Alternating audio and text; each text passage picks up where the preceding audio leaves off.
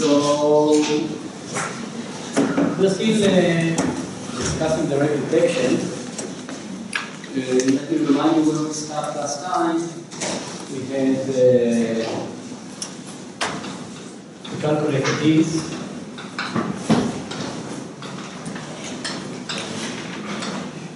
Which is the rate, the differential rate of data scattering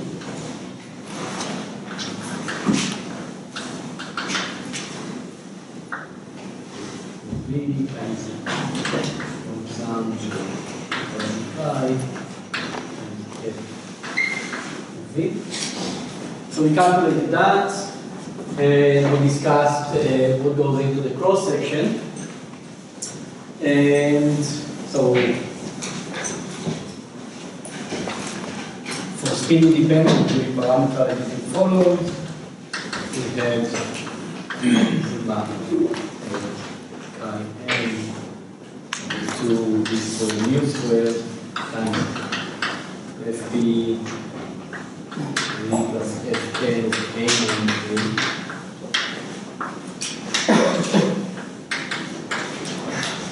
times some form factor that took into account the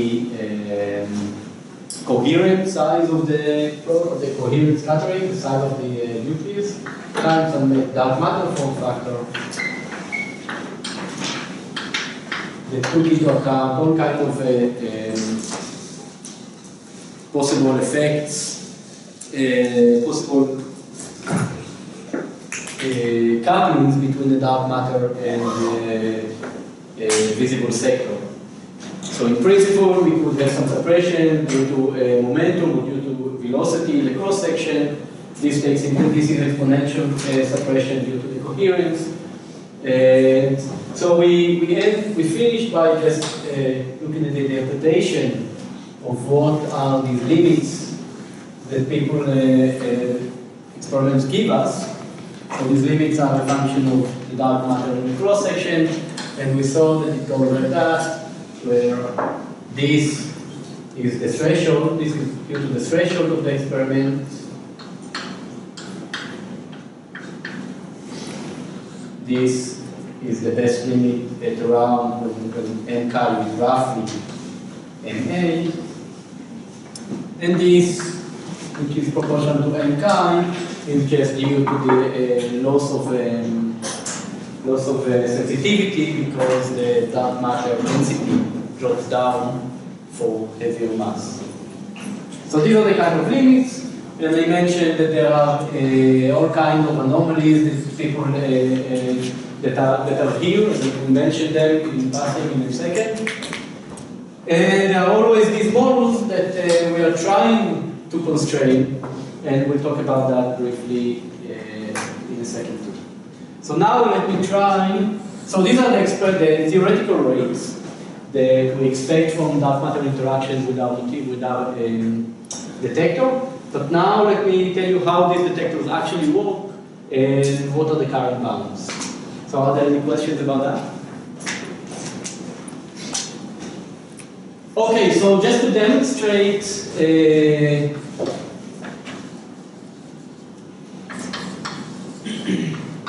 so maybe I should back up and say that there are quite a few experiments running, tens of experiments, and they are based on one of a few technologies that are available.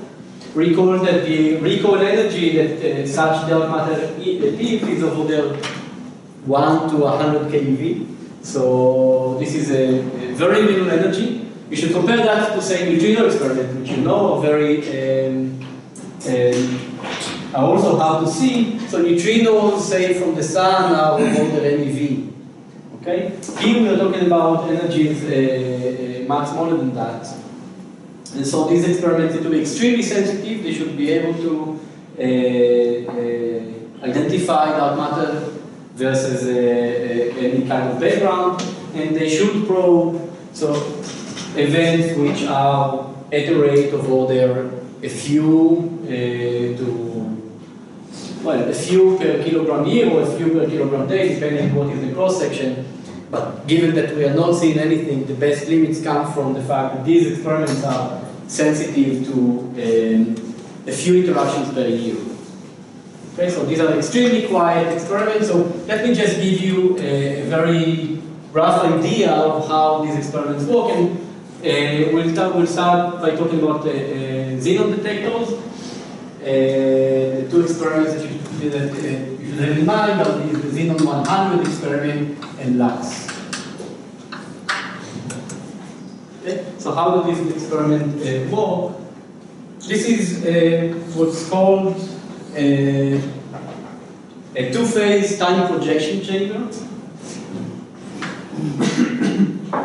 Phase time projection chamber. And the idea is the following. So there are two phases, there are two chambers. In one there's liquid xenon, and in the other there is gas. Here you keep the xenon in the gas phase. And on top and bottom, what they do is they place PMTs.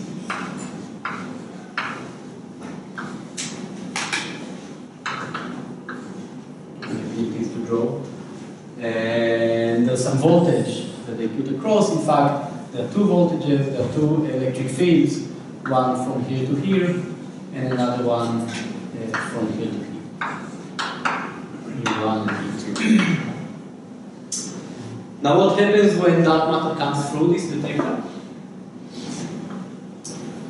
So if dark matter comes through, it interacts with the xenon, again once in a while, and it kicks the nucleus with sufficient energy to cause two things. First, it ionizes some electrons.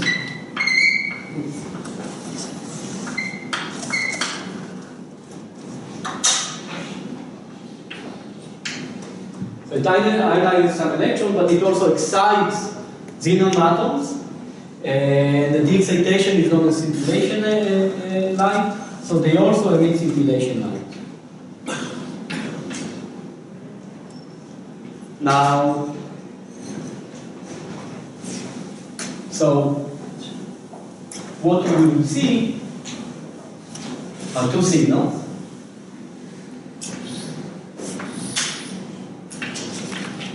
As a function of time, they measure two things. First, they see a peak, a rise in the signal in the PMTs due to the scintillation, primary scintillation photons. So there is some peak, which is known as the S1 signal, and that's the signal that is caused by the photons from the primary interaction. Okay? And a little bit later, these electrons drift, okay? They move into the gaseous phase where there's a much larger electric field. And so they are accelerated in this gaseous phase. They again, due to the electric field, ionize more of the xenon gas and produce more scintillation light.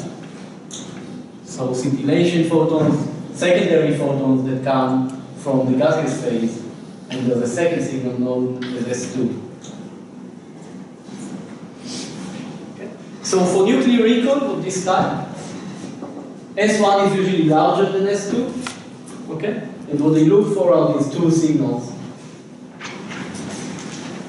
Using the timing measurement of how long it took these electrons to drift, they can, and given the fact that they have a two-dimensional, so this is here, similar, so they know the x, y phase of the interaction because they have all the PMTs already here. But they also know the z direction due to the drift of the electrons. So one can pinpoint where the interaction occurred and how much energy was emitted, because the amount of energy is correlated with the amount of primary scintillation light and secondary scintillation light. So this is called a proportional detector, maybe the number of photons that we see is proportional to the number of electrons that drift through the gas phase. Okay? And yeah, so they have all this information when they measure something like that. Okay, questions?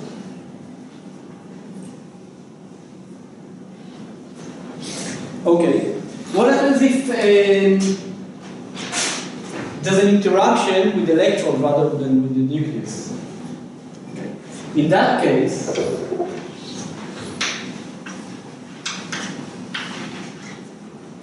electrons are much smaller balls, right, that move through this liquid, and therefore they have a much harder time ionizing more and more electrons once they are kicked. They are just very light compared to the proton, to the nucleus that is being kicked, and therefore the amount of scintillation light that occurs is much smaller.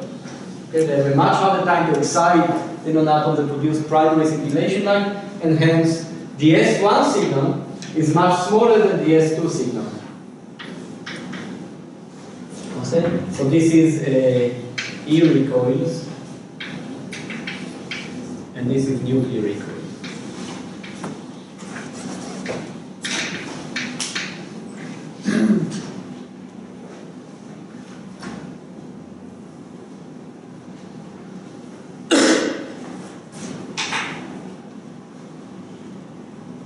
This is slightly so their ability to pinpoint the location of interaction is crucial, and the reason for that is that it is possible that you would have something happening here at the surface that produces a nuclear-like event, say slow neutrons that move through that go through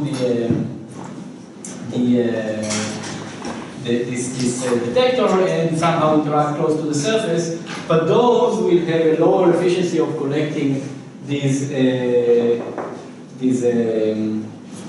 primary. So we are collecting the primary photons, and therefore they could mimic, if you want. Sorry, I'm saying it the other way around. You could have an electron. Sorry, let me rewind. You could have an electric interaction close to the surface. Then the electron would have a hard time drifting through and being collected, and therefore this will be lower and it would mimic the nuclear recoil. That's all I wanted to say. So, surface events are big background, and one significant background in these detectors, and what they do is they fiducialize the volume. They look at smaller regions than their actual detector, and for that they need to know what is the location of the interaction. Okay? So they are able, once they are able to locate the point of interaction, they can just decide that they take interactions that occur far away from the surface of this detector, so that electronic events where the electrons were not collected sufficiently efficient would not mimic the nuclear recoil. Is that clear, or is that confusing?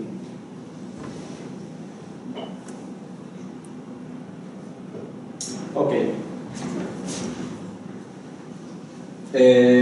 Yeah. So what you'd see if you'd open one of these experiments, the paper of one of these experiments, you would see the following. They would plot the recoil energy as a function of S2 over S1. And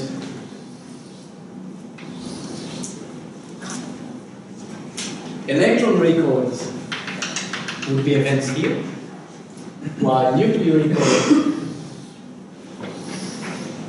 are events here, and therefore there's a signal region where they look for the events. They can, event by event, they can decide whether they think this is background or signal, and they just look for events in this region. Okay. So that's how these experiments work. So there's a bound.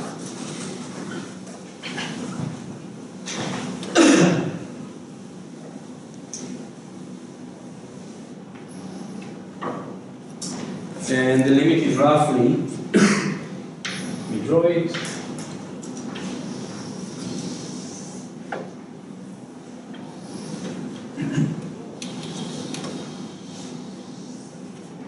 So this is xenon 100, which are roughly 100 kilograms of xenon material, and for 225 kilogram days,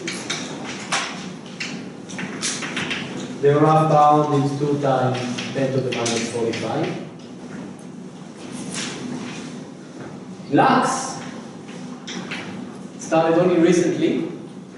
They only have 85 kilogram days.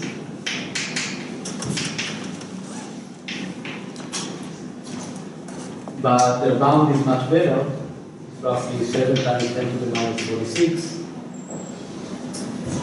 So xenon 100 is really good. And Lux is just better. And the reason they're better is that the photon collection efficiency is better, so they collect photons much better, and the treating efficiency. So anyway, so these are the current bounds. We'll discuss what they mean in a minute. We just summarize here.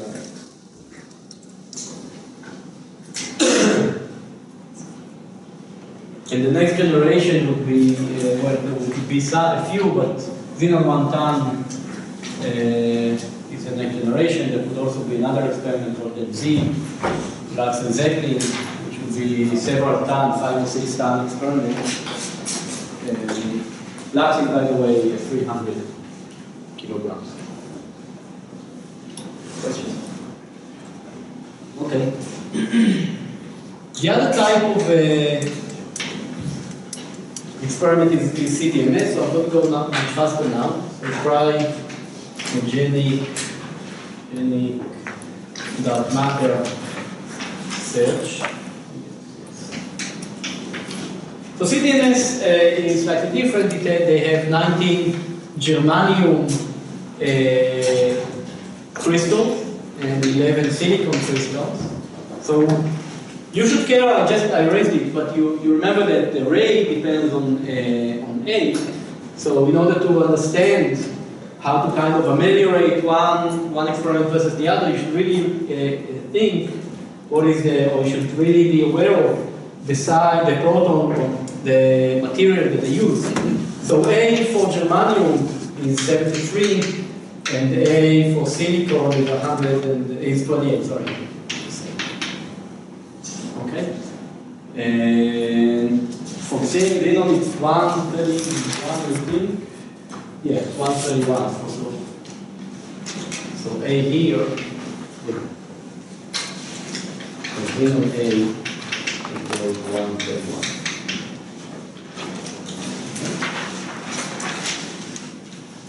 Good, so they have these small detectors. Each detector is roughly, so these are 230 grams, and this is 115 grams, right, 105. But the idea is very similar. They look for these ionizing events, and they have two types of detectors. They have an ionization detector, and they have a phonon detector.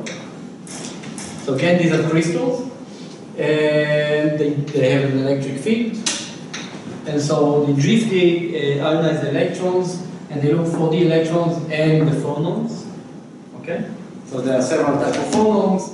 They are the primary phonons, and the so-called negative glucophonons. Never mind, I won't go into that, but they again look at the ionization yield, mainly at E ionizing over E from the phonons. And again, they have these two bands, one of them for the electric ionization. This is nuclear recoil, and this is E recoil.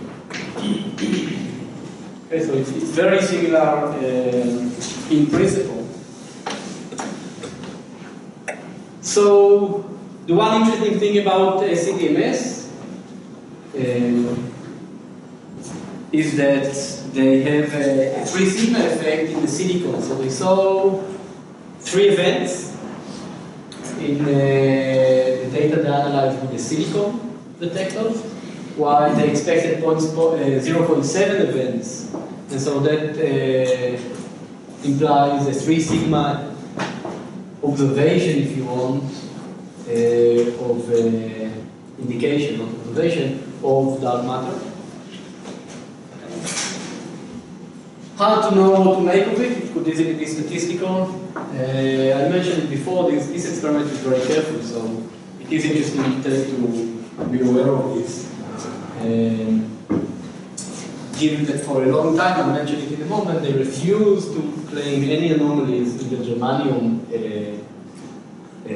experiment for the germanium detector,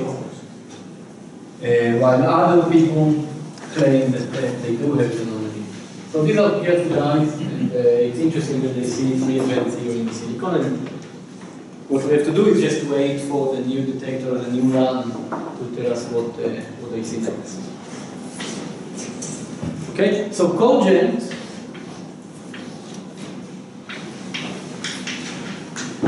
which is coherent germanium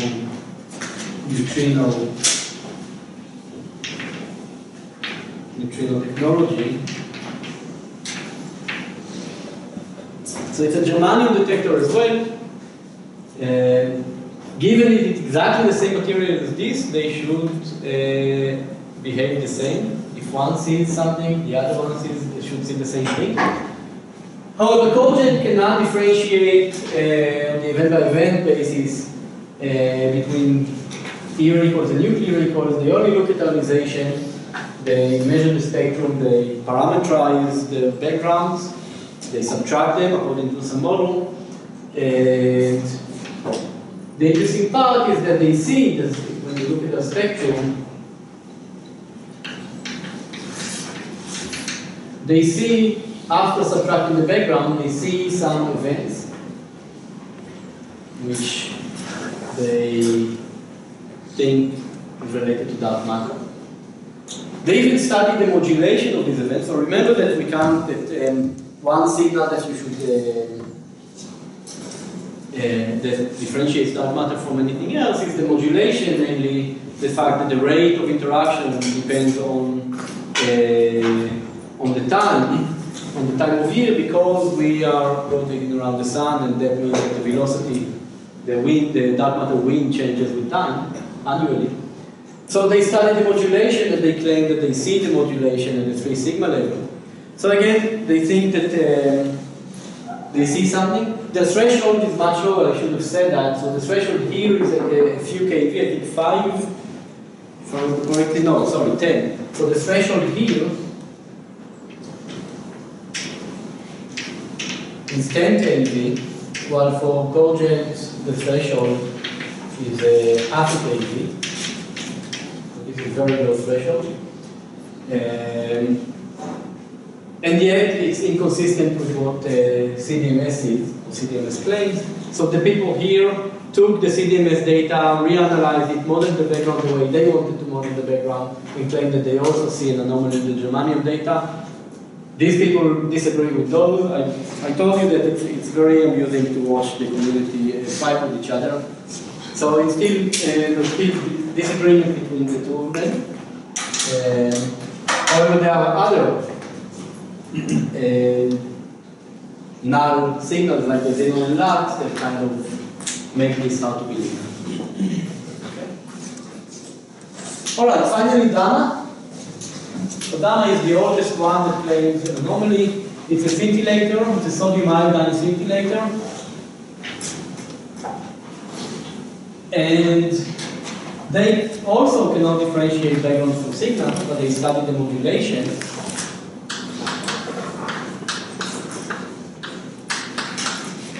The scintillator is dying, never mind.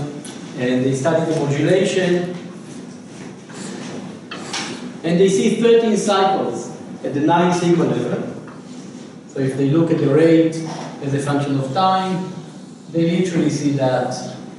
And there's very little question, statistical question of whether this is seen or not. They do see it. So they see modulation at 9 sigma level. However, it's very, very hard to ameliorate it with any other type of the null experiments. They require the corresponding cross-section that needs to explain that is large, and it's very hard to imagine how dark matter shows up at gamma and not at lux, for instance, and xenon. Nonetheless, it's intriguing. No one knows what is the explanation, what is the background. If it's not dark matter, what is the background that generates this kind of oscillation? For a very, very long time, it was very, very hard to come up with an experiment that will check gamma, a lot because of this collaboration. But there are now many collaborations that you should that are building the detector and will be able to either see this signal or oh, by the way, so you remember that on top of the modulation, they should also see the phase, and the phase should agree with the one that we calculated, that we discussed, according to the rotation of the Earth and Sun. And it agrees, so their phase is June 2nd. And so one way of, so this is surprising. On the other hand, if you look, say, at the temperature variation above Gran Sasso, where this experiment is located, it also has a phase. It depends, of course, on winter versus summer, and the phase is the same. So it could be that there is some effect that we don't understand due to the temperature variation in this location or something else. And one way of checking whether this experiment is correct or not is go in and do it in different places where the phase, say this is in the North Pole, they want to do it in the South Pole, in the South Hemisphere, where the phase should be different. So they're trying to repeat this kind of experiment in a different place. And let me just mention a few. So none of them have results, but they are running. So this would be at 250 kilograms of sodium iodine. There is Keynes, which is 100 kilograms of cesium iodine. Maybe later also sodium iodine, there'll be Keynes name. And well, there's dark matter ice, which are developing detectors to put down in ice cube. I'll mention ice cube when we talk about neutrinos very soon. We should really hurry up. But anyways, so this is also sodium iodine in the South Pole. So stay tuned. Hopefully soon we'll know, relatively soon we'll know whether we've really discovered dark matter 13 years ago, or this is just background that we need to understand. Number 8, you mentioned why the number already has 9 sigma. Like why continue doing gamma where they are, but there's some on the plane to go to the South Pole. So why are they not doing it? Yeah. I'm in camera. We can talk after. But it's unclear. It's extremely unclear. I mentioned that it's been hard. So they have a very pure material, which is how to grow, and it's patented, and the company that made it was not allowed to give it to other groups.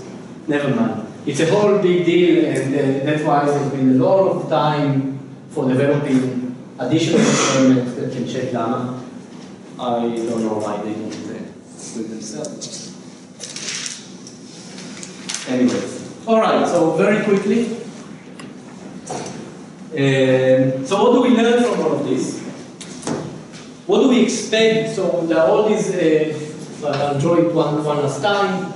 There are all these anomalies at roughly 10 to the minus 41, say, centimeters squared. There are bounds which are roughly 10 to the minus 45 centimeters squared. What do we learn from this? What do we expect? If I told you 10 years ago, and I'd ask you, what do you expect the cross-section between dark matter and nucleons to be, given the theories that I haven't told you about yet, then you would have an answer. You would take supersymmetry as an example, and you would calculate. And what do you expect? You expect that dark matter would interact in one of several ways with the nucleon. The easiest way is through a Z. a Z goes on. So remember again that I told you that one way which we haven't done to kind of taxonomize all the models is through the mediation. So now let's talk about what are the type of mediations that people find in standard scenarios, standard WIMP scenarios. Okay? So the first one is an exchange of a Z. And if you calculate this cross-section, you would find that this is of the order of 10 to the minus 39 centimeters squared. So that's long excluded. Elastic scattering with a Z is just excluded. You could also have interaction through a Higgs. Here, the cross-section is anywhere between 10 to the minus 44 to 10 to the minus 46 centimeters squared. So this is gone. This is precisely what we are measuring right now. Soon we'll get there. It's hard, but soon we'll get there. Not so far in the future. I believe sometimes in 2-3 years we'll have the answer. And we'll be closing down the idea that it's a WIMP that is mediated by Higgs. But it's also easily possible that dark matter cannot elastically scatter with through the Z or through the Higgs, but it has to go through a one loop. So you have a light, and then something a little bit heavy, and then you get light. If the mass difference delta between this one and that one is too large and to have enough energy for the scattering, then you have to continue to compute a one loop contribution for the elastic scattering. So there's no tree-level contribution, but there's a one loop contribution. That kind of thing has a cross-section anywhere between, say, 10 to the minus 47 or 46 to, I don't know, 49 centimeters squared. So of course, everything is model dependent. So there's no no-go theory, but we are closing the part of the interesting window. Part of it will be very hard to close, as mentioned in the second one. And but anyway, that's what we're probing when we get this balance from Zenon and Max.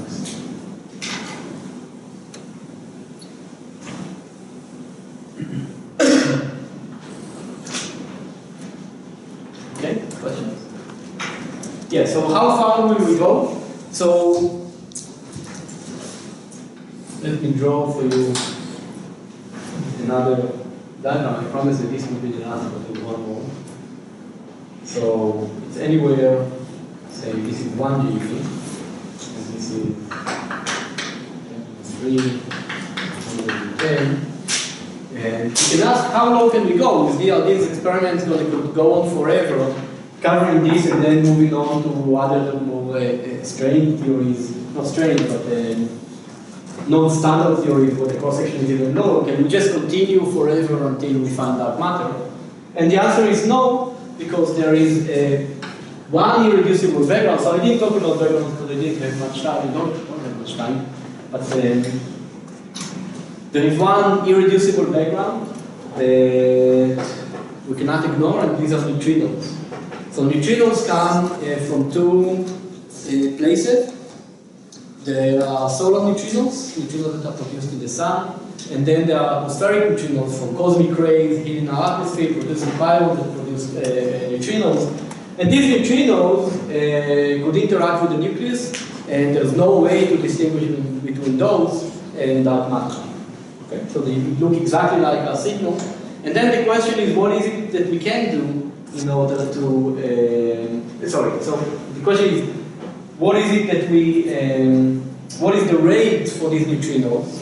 And once the rate is comparable to the rate of dark matter, because the cross-section is small, then we are basically screwed. We have to think of other type of detection capabilities in order to differentiate the background versus signal. And then people are thinking about directional experiments, directional direct detection, where you can actually see the direction of the interaction, where it came from. But this technology is still, well, infancy, and it's very hard to see how anytime soon they will reach the limits that we're talking about now.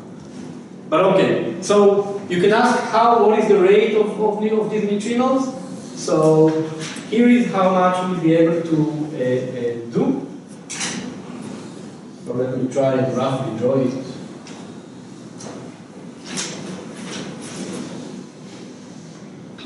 So this is the limit that is related to the neutrinos. So these are atmospheric neutrinos. Okay. So they are higher energy. The threshold is higher, but they allow the rate is lower. As soon as we go below roughly keV, so roughly a few GeV of dark matter mass, then solar neutrinos become problematic. The rate is much higher, and so this is from the boron 8 spectrum, and this is from the beryllium spectrum. And what I mean by that, there's a cycle of interactions that occur in the sun, and at some point, and there are several stages when neutrinos are emitted. So these are known as the PD cycle, and there are other cycles. But anyway, there are neutrinos that are emitted, and these are the limits. So we will not talk, I didn't put numbers. And you guys didn't ask me. 10 to the minus 45, and this is roughly 10 to the minus 45. Okay. So we won't be able to go much lower than that due to the atmospheric neutrinos, and even higher with low mass with such materials.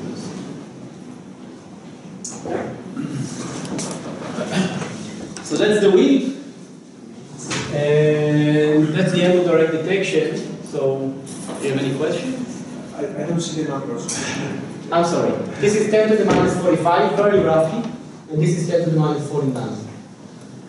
So we won't be able to go with this technology below 10 to the minus 49. Okay? For a standard wind at the 10 to 100 or 1000 GeV. And how far can you go in energy? Energy where? Down there? To low energy? No. To high energy where? I mean, just then you have to be patient, right? Because you know the technology remains the same, just the number density is reduced, and therefore we lose sensitivity, which is proportional to 1/n as you go to high masses. So the number density goes like 1/n, and so this goes like n. So you can go to high mass. At some point, there is also a limit, which so usually, okay, that at least I don't see why is a crucial limit. So what these experiments do is they put also a cutoff on an upper bound on the threshold on the energy, recoil energy that they look at for the signal. But the reasons are somewhat different. They need to study the detector and they do a blind analysis, so they look above that energy, study the signal and design their cuts before they unblind the region of interest. So there is some type of, so usually these experiments don't look at very large recoil energy, but at least I'm not aware of a reason for why they can't. Maybe they can go higher if you. But anyways, the sensitivity just drove the current enough. Okay.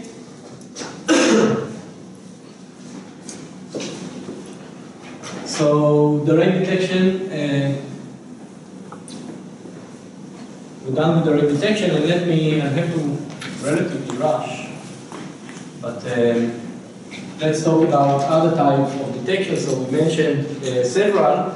So let's talk about dark matter colliders.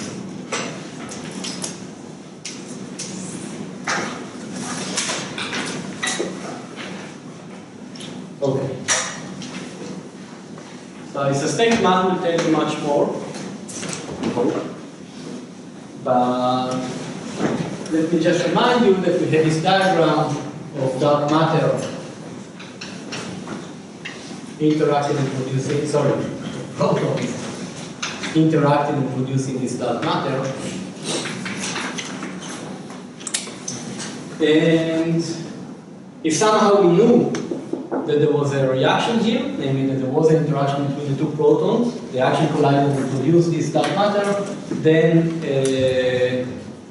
we can estimate how many of these events when there's some missing energy are expected from the standard model, compare it to what we actually measure, and get a bound or discover the production of dark matter at the LHC, okay, or at the collider. Typically, these searches are very model dependent. So David, for instance, mentioned the missing energy in supersymmetry. So for instance, we can, at the LHC, produce, say, 2 stubs. And these stubs decay into a top and a neutralino. This is a stub, this is a neutralino.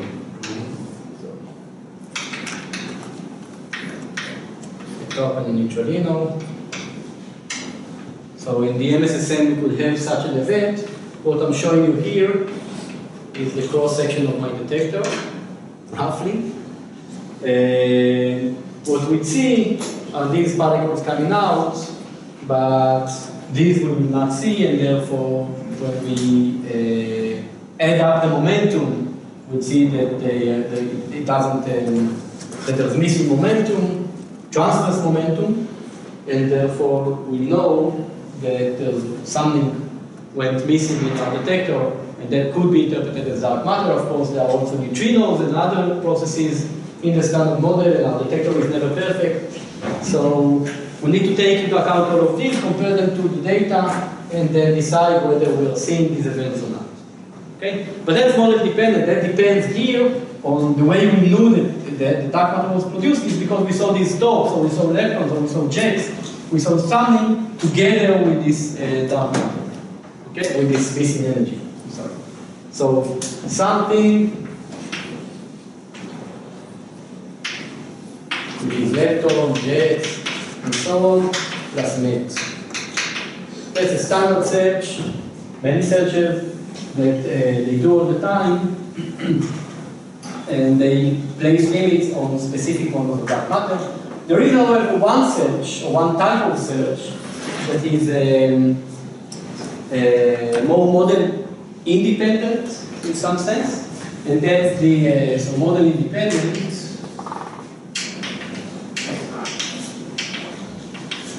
And it's roughly model independent. Monophotons or monojets, channel searches.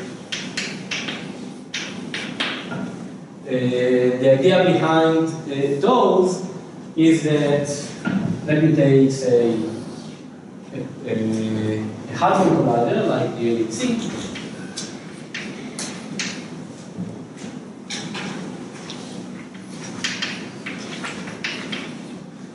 And this incoming proton can radiate a gluon.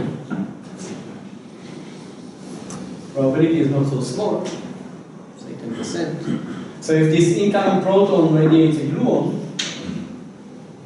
or some kind of jet, what we'll see is a single jet in our event plus nothing else.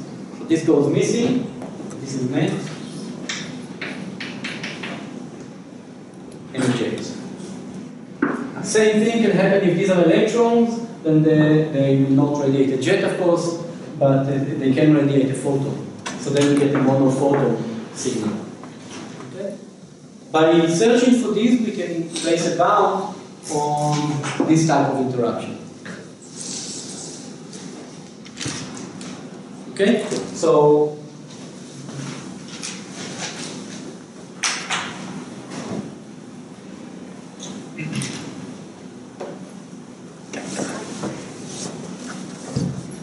okay, so we can. So what can dark matter couple do? So of course, which experiment is best to search for with these kind of searches, depending on what dark matter, how dark matter couples to us. Okay. So dark matter may couple in several ways. It can couple to leptons. Where should we look for dark matter if it couples to leptons? Say dark matter couples to electrons. What is the ideal experiment to search for? So are we going to see monojets or monophotons?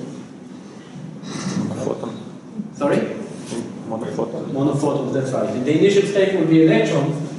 So we have two types of experiments that we're running. One of them is lab, and the other one are D factories, which are also E plus and minus colliders. So we need E plus and minus colliders to search for photons, for leptons. It can couple to light quarks.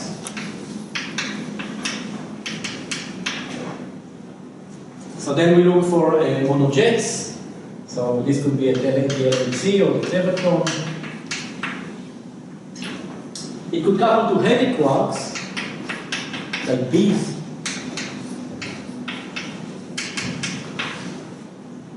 Then very often you can, it's best looking for them in D factories. The reason is the D factories produce upsilons. Upsilons are bound states of B quarks, and these upsilons can decay, and decay invisibly because the upsilons are B quarks. They can decay invisibly to dark matter, and therefore you get bounds. The problem with B factories is that they are very low energy, over 10 GeV. But the good thing about B factories, if they are low energy, they cannot produce heavy dark matter, but they can produce light dark matter. The good part about B factories is that their luminosity is huge compared to what the LHC is producing. Okay, so we are talking in super B factories, we'll be talking about, say, 8 to 10 inverse attoband per year, compared to the, say, in the future, at most 30 to 100 inverse femtobounds per year from the LHC. Okay, so we're talking about much higher luminosities, and therefore better bounds, but only light dark matter. And of course, the last thing is that it can couple to the Higgs. So dark matter can just somehow have the Higgs decay to it, and therefore we need to look for invisible Higgs decays. And that can be at the LHC or ISC, and so on. Okay. So any Higgs factory that will produce many Higgs, we can search for this invisible Higgs. All right, so how do we actually do it? The best way to understand this is to write down some effective field theory. So imagine the dark matter couples, say, to quarks. So we can write down an effective operator, which could be of the form of Q bar Q, chi bar chi, say, 1 over lambda squared. Okay? So we can have an effective operator of this kind, namely some coupling between dark matter and the quarks. We could also have other things like lambda squared, mu bar gamma mu, a vector bar coupling, and so on and so forth. When we talked about direct detection, we mentioned that each one of those correspond to a different effective potential for the dark matter, and therefore, in direct detection, they could be velocity suppressed. For instance, if there's a gamma phi here, it would be velocity suppressed, or spin dependent if there's a gamma phi here, and so on. In this case, it matters much less. Given such an operator, we can ask what is the rate for production of dark matter through proton colliders. So the protons are some bags of quarks, right? So these quarks, once we know the distribution of quarks inside the protons, we can compute what is the rate, okay? And given the rate, we place a bound on lambda, okay? So this is just the roadmap for how to do it. So we're going to get a bound on lambda, of the mass of dark matter, right? And this is roughly, say, for an operator of this kind. So this is just one example.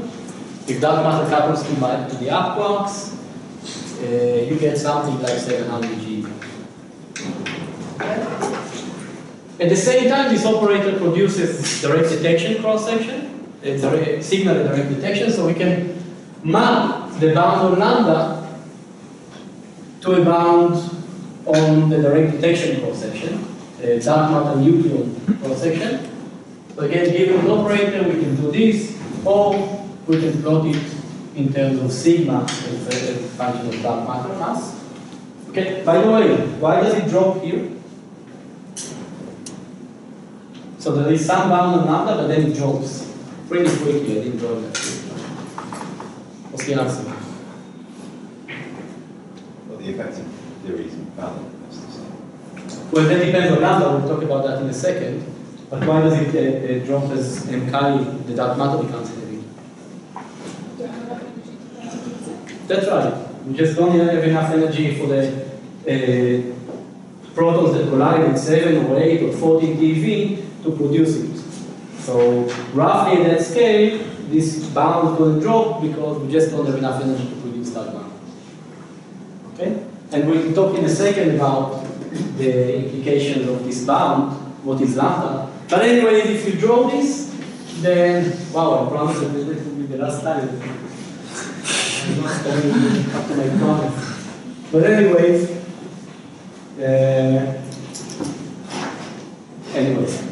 so this is the bound from colliders. It sometimes compares, it's roughly 10 to the minus 40. So it's not as strong, often it's not as strong as the direct detection cross-section. On the other hand, it goes to much lower energies. And it constrains operators, which direct detection have a much harder time constraining because they could be velocity suppressed or momentum suppressed. Or even if you have a small splitting between chi and chi star, direct detection would not be sensitive. This is this inelasticity that we discussed. But they would be, you know, if there's a MEV splitting here, the LHC will not care. We're talking about 14 TeV or 8 TeV. So small splitting would eliminate the bound from direct detection, but you would still have a bound from collider. Okay?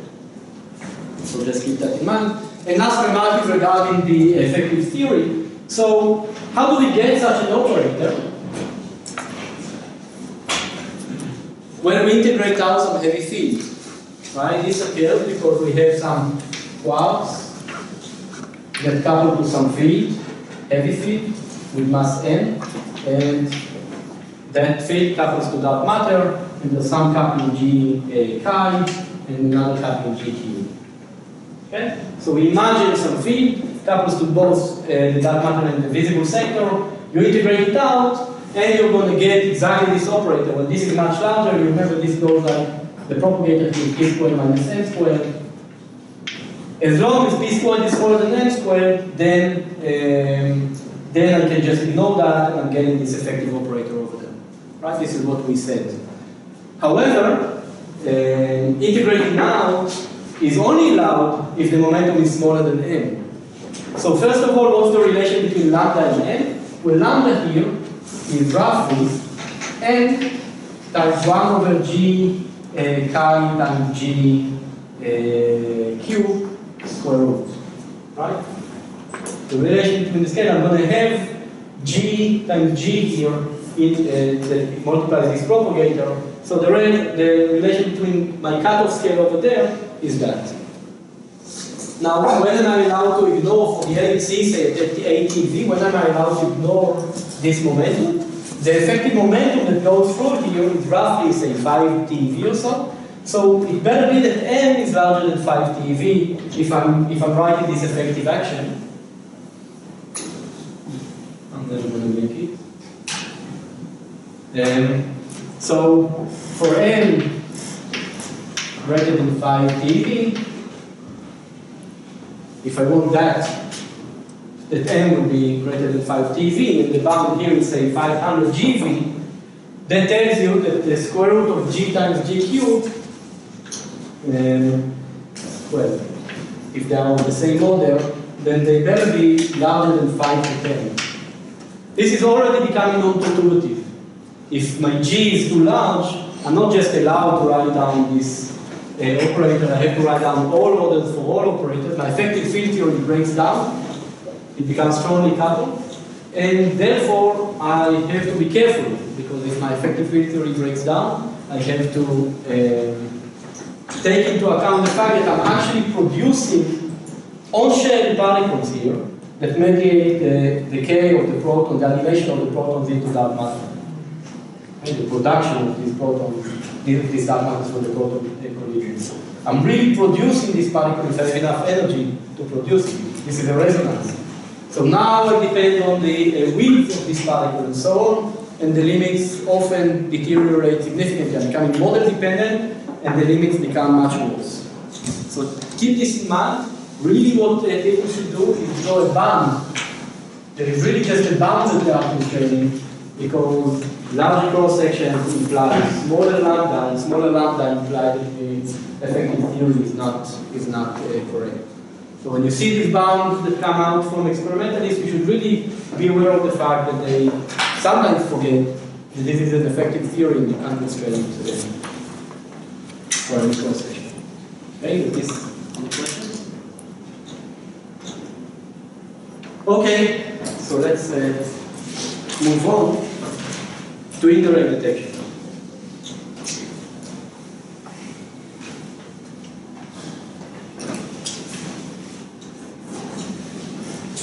Pretty sure we're going to draw this as an indirect detection. Okay. So we said the other thing we can do is look at the sky and look for particles that are being produced once dark matter annihilates. And so dark matter can annihilate. It can annihilate to several things. It can annihilate to photons, or it can annihilate, say, here's an example for supersymmetry. You could have a B node, the superpartner of the B field, that interact with leptons and leptons. I'll go around.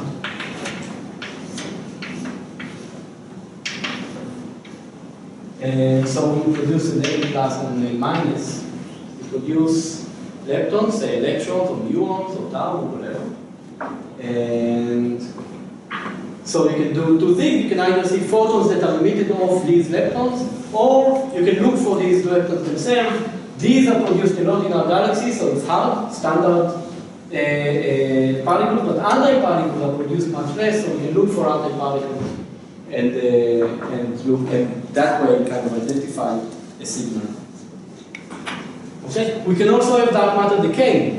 For instance, so David mentioned the gravitino. We'll talk about the gravitino more tomorrow. But the gravitino can decay, say, to a quark and a squark. And this quark can decay through RPV. So David did the job and told you everything you have to know about RPV. So there are these operators that can allow the squarks to decay. And so these operators may allow a gravitino to decay through an off-shell squark to 3 quarks. Okay? So that's just an example. And, or to this could be lepton or whatever. And so dark matter can also decay. There's nothing to say that it doesn't decay. As long as it decays at a rate with a lifetime much longer than the age of the universe, it can still decay. And the question is, from indirect detection, what are the limits on the lifetime of this decaying dark matter? Or what are the limits of the cross-section of this annihilating dark matter? Okay? So that's the name of the game. And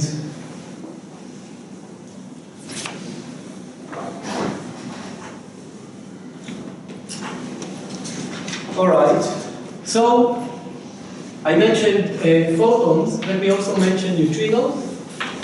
And in another group, we could have positrons, antiprotons, and anti-deuterium.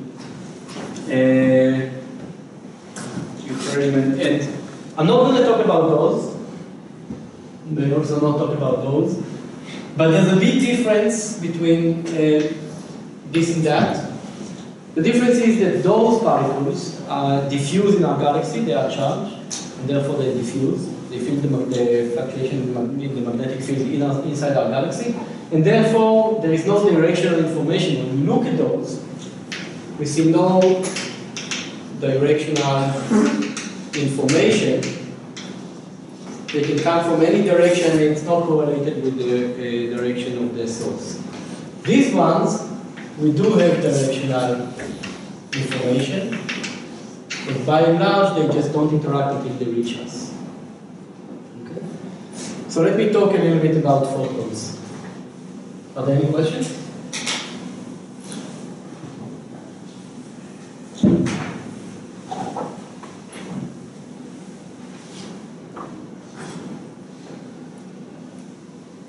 Okay. So gamma rays.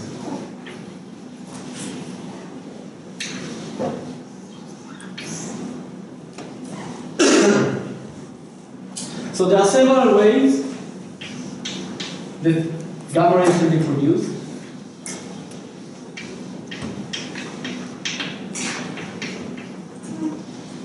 So first they can be produced directly. If dark matter annihilates directly into photons.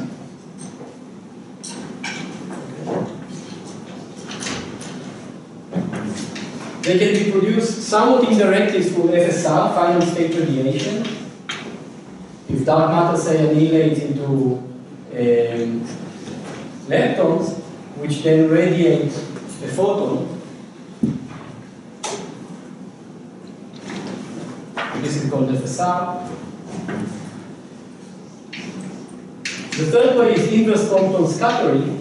So if these leptons are being produced by dark matter, they can diffuse and then inverse Compton scatter of light that is in our galaxy. So there are all kinds of sources. It could be the CMB, because the photons from the CMB. It could be photons from starlight, or it could be photons from that are emitted from interacting with dust. There's a lot of dust in our galaxy, so they could interact with that. So these are electrons that interact with CMB, or dust, or starlight.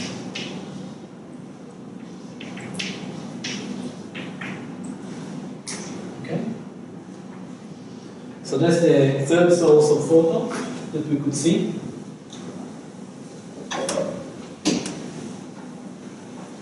The fourth one is synchrotron radiation.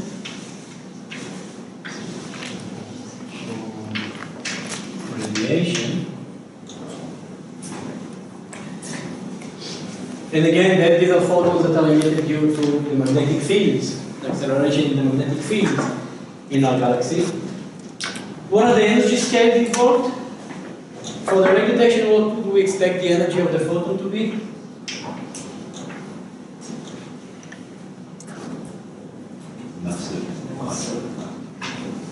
Mass of the dark matter. FSR photons, we'll mention it in a second, the spectrum ends at n chi, and the NDE behave like 1 over E. So there's a spectrum that goes like 1 over E. Inverse Compton scattering, the energy of the emitted photon, once the electron hits a standing photon, there's not something a standing photon, but an ambient photon in the galaxy, it hits it, it kicks it, and we see the emitted photon. So this is electron and the photon interacting, yes. This is E gamma, this could be a CMB or whatever, and what we detect is this photon.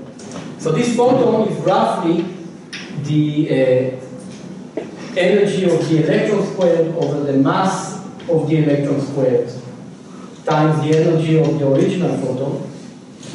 I'm not going to prove that to you, well, it's in this component, it's not that, well, we're not going to discuss it anyway.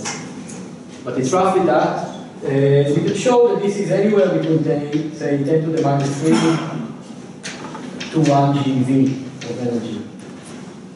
Okay? So the energy of the electron is roughly the energy, the mass of the dark matter, and for 100 GeV, say, and this energy of the ambient photons, so CMB photons, are roughly 10 to the minus 3 EV, and these are roughly EV of energy. So depending on the spectrum or the density of these photons, we can get anything between, say, 10 to the minus 21 GeV. Now, synchrotron radiation is even lower. It's, say, 0.1 to 100 gigahertz, which corresponds to 10 to the minus 17 to minus 13 GeV. Okay? So these are the energies. We are not going to talk about synchrotron or ICS. There's a huge uncertainty that it involves. The reason is that we need to know how electrons propagate. Well, there are two reasons. One is that we need to know how electrons diffuse in the galaxy. We don't really know that. There are big uncertainties. There are many assumptions. We need, of course, to know the photon mass in our galaxy. This we know a little bit better. But also we need to know the magnetic field, because to use synchrotron radiation, we need to know what are the magnetic fields. And how much energy is left for this collision depends on how much energy was lost by the electrons through the magnetic fields. So there is a big uncertainty, and they depend on each other. And there are models that people use, but just keep in mind that we don't really know what's going on. Okay, so let's talk about these two. What is the rate that we expect to see? So are there any questions?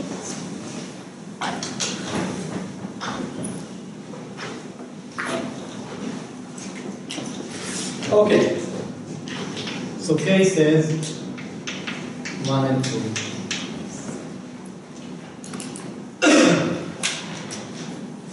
So first of all, where do these photons originate from? Well, they can originate from inside our galaxy. So the sources are the following. Just the distribution of dark matter in our galaxy.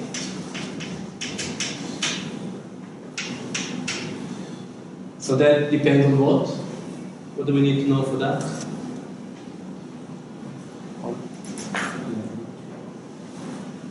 Well, it's in our galaxy, and it's dark matter. So we need to know how dark matter is distributed in our galaxy. Right? So for that we need to know rho of R, which we discussed already. There is the homogeneous distribution of dark matter outside our galaxy.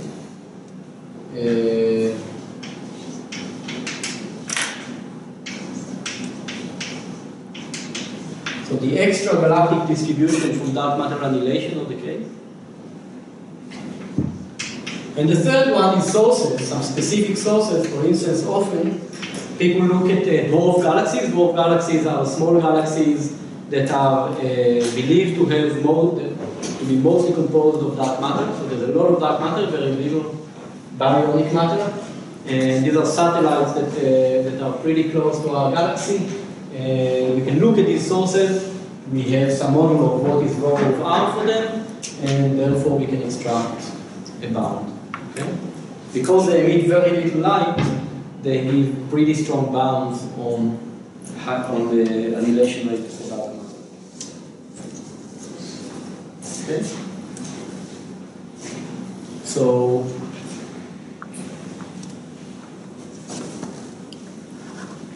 how do we calculate the rate that we're going to see, either from our galaxy or extragalactic from sources?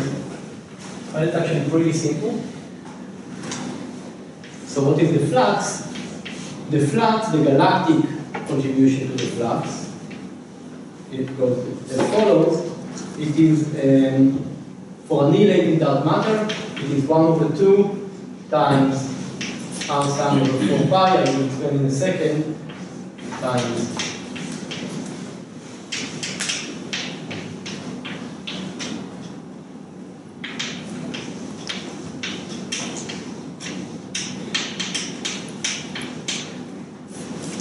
okay, so what is this? So first of all, let me define JA. So JA encodes all of the astrophysics. It is the integral along the line of sight. It's a dimensionless number. which is the integral along the line of sight. So we look at a specific place, say specific region in the sky, maybe the galactic center, and we integrate along the line of sight all of the density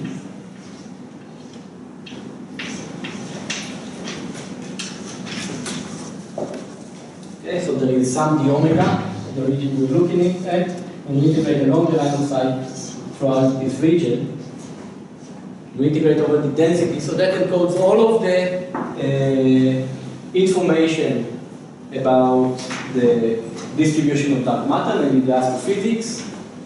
Note that this R naught, R sun, sorry, over 4 pi times J is nothing more than the assumption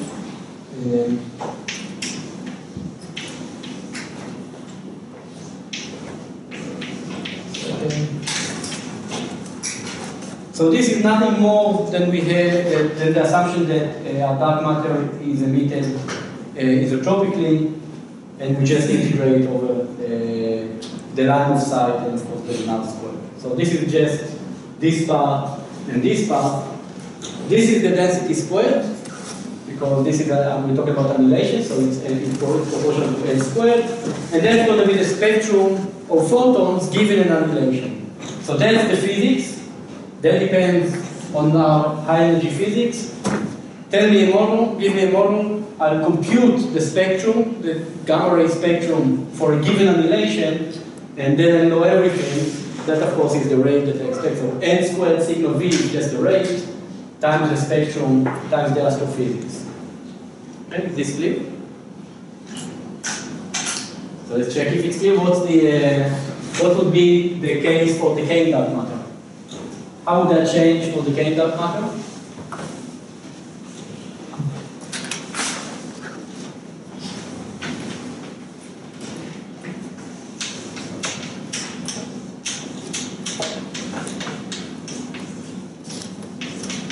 So this answer R sun over 4 pi is the same. Who wants to go? What is it? What are we going to have? So there's no half, that's nothing. Is this going to be there? One power, right? Because it's decaying, so just the number density, not number density squared. Instead of sigma v, it's going to be gamma, the decay rate. There is still the spectrum. And now there is JD instead of JA. What is JD?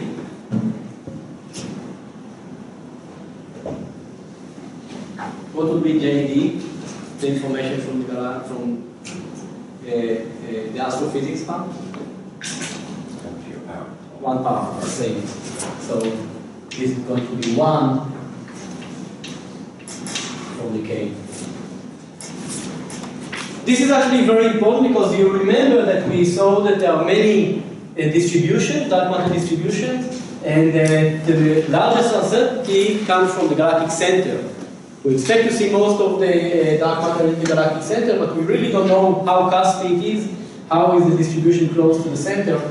And so for annihilating dark matter, there's a big uncertainty because it goes like rho squared, while for decaying dark matter, it just goes like rho. It's roughly the mass of the object we're looking at. It's not exactly, but it's roughly the mass of the object, and therefore there's much less uncertainty. We know the mass pretty well. And so when people compute this, so it's very easy. You go to a paper and you just take the numbers. So for instance, for decay for NFW, it's 3.65. Okay, it's just a number. While J decay for which one do I want to say? Well, actually, yeah. So for an astro, for if we look back at the distribution we discussed, so it's roughly 4.2, and JD for isothermal, the distribution which doesn't have a cusp, that is constant as it goes into the center, is roughly 2.7. So there's really not a lot of uncertainty when you compute the rates. Okay? Conversely, for annihilating, the NFW is 18.4, J for NASCO 0.12 is 50 is roughly 60, and J for isothermal is roughly 5. Okay? So there's a factor of 10 easily uncertainty when we compute the bounds from annihilating dark matter compared to decaying dark matter.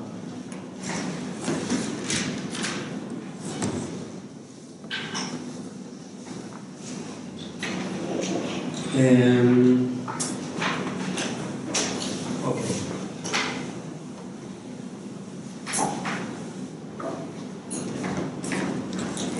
So you can also do, I'm going to skip that, but you can also compute the same flux from the extragalactic component. There we just need to know the average density, which we do. And all we need to do is to account for how the energy, so if something emits a photon very far away, it's going to be redshifted and it moves to us because of the expansion, of course. And hence you have to account for that when you compute the spectrum. It's very easy. But I'm going to skip that because we don't have much time. So now let me just talk about what is this.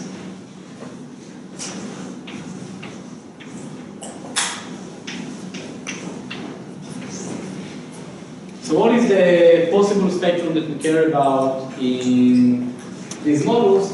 Then the first one I mentioned before is a line. So we could just have a line, dark matter annihilates either to photons, or it can annihilate into a photon and a Z. Okay? What is the NDE?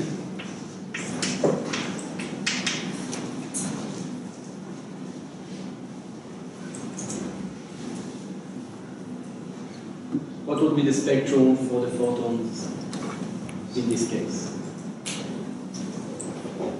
I'm only asking because it's simple. 2 lines. Sorry? 2 lines. Well, okay. 2 photons, so there would be an n gamma here, which is 2, times the delta function, the line. You're right. I mean, you would have 2 lines, so this would be 2 times the delta function of E minus n gamma. Or E minus whatever, E0. It would be a line. But because the energy of this photon is because it's non-relativistic, this is going to just be n. Okay.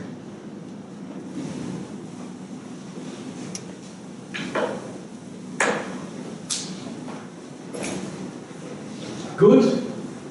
We could have other type of spectral features that we can search for.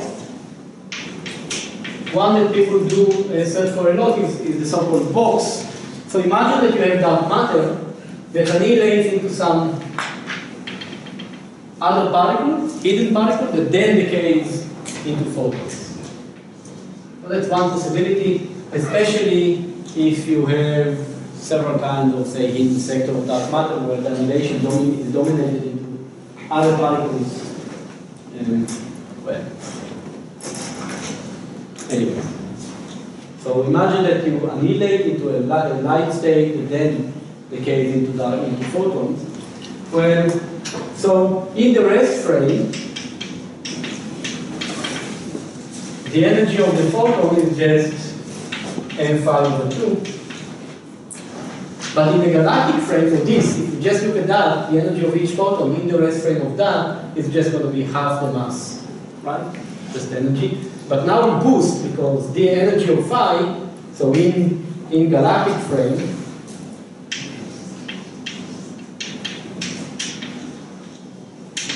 the energy of phi is roughly m chi, and therefore the energy of the photon is obtained by boosting this spectrum, this energy according to the energy of phi, and what one finds is the following.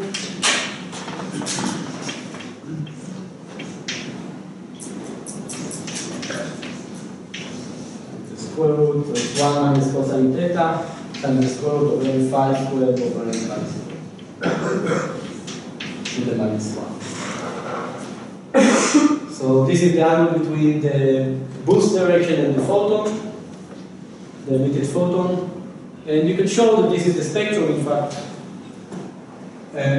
This is an exercise. It's a simple exercise 9 according to my book. So derive this spectrum. Well, yeah, derive the energy.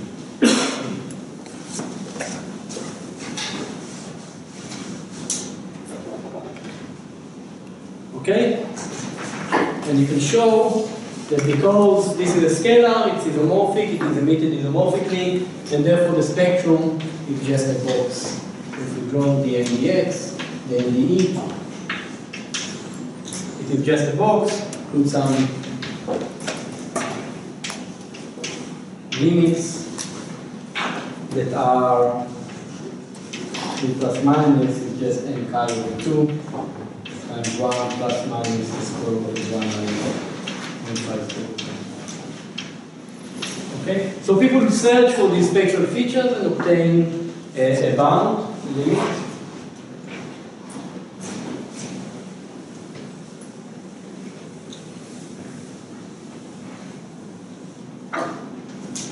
And last one is FSR that I mentioned, final spectral deviation. So again, this is the spectrum. So this spectrum is computed by calculating the so-called splitting function. So who learned about splitting functions? Okay. Hopefully we will have a QCD set of lectures that will tell you everything you need to know about splitting functions. But essentially it's just the probability to emit for a particle like that, to emit a photon or a gluon or whatever, in this case it's a photon, with some fraction of energy. So compared to the energy of this electron. So I have an electron and I'm asking what is the probability for it to emit a photon with some x fraction of its energy, and that is given by the so-called splitting function. Okay, so you will learn that, you will learn it for QCD, but it's very much the same for QT, mostly the same. But anyways, the probability is just given by alpha over 2 pi log of q squared over m squared times 1 plus 1 minus x squared over x dx, where x is this fraction of energy carried away by the photon. Okay? So maybe, let me write this, sorry. Let me write it differently so that we don't have to talk about x. It's gamma, E gamma over EE squared. Okay, and this is E gamma over EE. And this is E gamma over EE over E. Okay? So if we have the probability to emit this photon, the interesting part is that the spectrum goes like 1 over E. Okay? So there's a larger probability to emit a photon with less energy. And therefore the NDE is just f of gamma of E gamma dn dEE dEE. Okay, just the integral, we have some spectrum of electrons that are emitted, and we convolute it with this probability to emit a photon. Okay? So the reason this is interesting is because in many cases, we have models that not only emit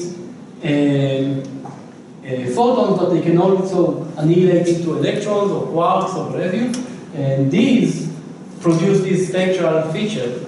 So if we look for a line, for instance, it is often the case that we could also see some anomaly in the continuous spectrum that is produced because of this FSR photon.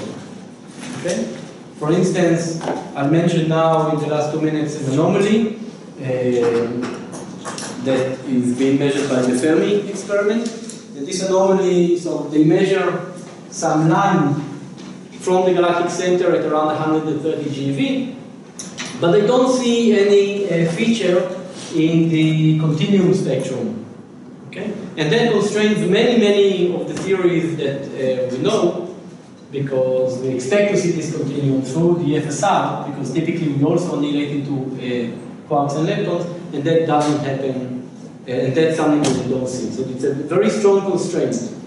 In other cases, we don't have a line at all, but this FSR can constrain significantly the annihilation into leptons and quarks. Okay? So in the last minute, let me just mention this, what are the limits from Fermi. So Fermi is a satellite experiment, and it's called Fermi LAT. There are two telescopes on the Fermi satellite, and one of them is the large area telescope. And the photons it can measure roughly between 20 MeV to 300 GeV. Electrons it can measure all the way up to 1 TeV. So the measurement of electrons has been significant in regards to the Pamela anomaly that I mentioned. We talked about on, I don't remember which day, but it gave a continuous spectrum, an increasing spectrum of electrons that constrained the models of that explain the Pamela anomaly. But for us, photons, the bounds are roughly that, sigma V for two photons is anywhere between, say, 3.6 to 2.6 times 10 to the minus, sorry, the wrong line, 0.03 to 4.5 times 10 to the minus 27 centimeter cubed per second. And that's for dark matter mass between 70 to 200 GeV. Okay? The K dark matter masses have the following constraint. Say if you decay to a neutrino in a photon, the limit is anywhere between 3.6 to 2.6 times 10 to the 28 seconds. And that corresponds to M chi anywhere between 40 to 400 GeV. So this is just a ballpark kind of number. And the anomaly that I mentioned implies, if you believe this is dark matter, then if we take, so the anomaly,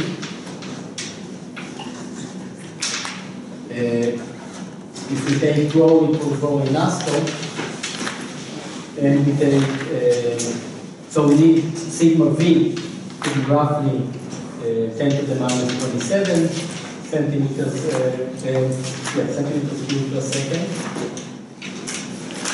And the mass of the dark matter is roughly 130 GeV. Because the anomaly, there are other reasons to be very suspicious of this anomaly. They see this line, also when they look at the direction of photons that come from the Earth. There shouldn't be any photons that produce this line from the Earth, but that could mean that they don't understand their detector and something is going on. We don't know what the answer is. There will be other experiments that will constrain it, like Hess. So hopefully next year Hess is the Cherenkov telescope that should be sensitive to this kind of cross-section. But for now, there's an anomaly, and someone that don't produce these lines can account for it. But the model building is non-trivial once you take into account all these constraints. All right, so tomorrow, I'm not really done, but we'll decide what we want to do tomorrow. We'll continue maybe with neutrinos and some additional astrophysics constraints on models of dark matter, and then we'll actually talk about a few models. One of the models kind of to show you what we're talking about. Question?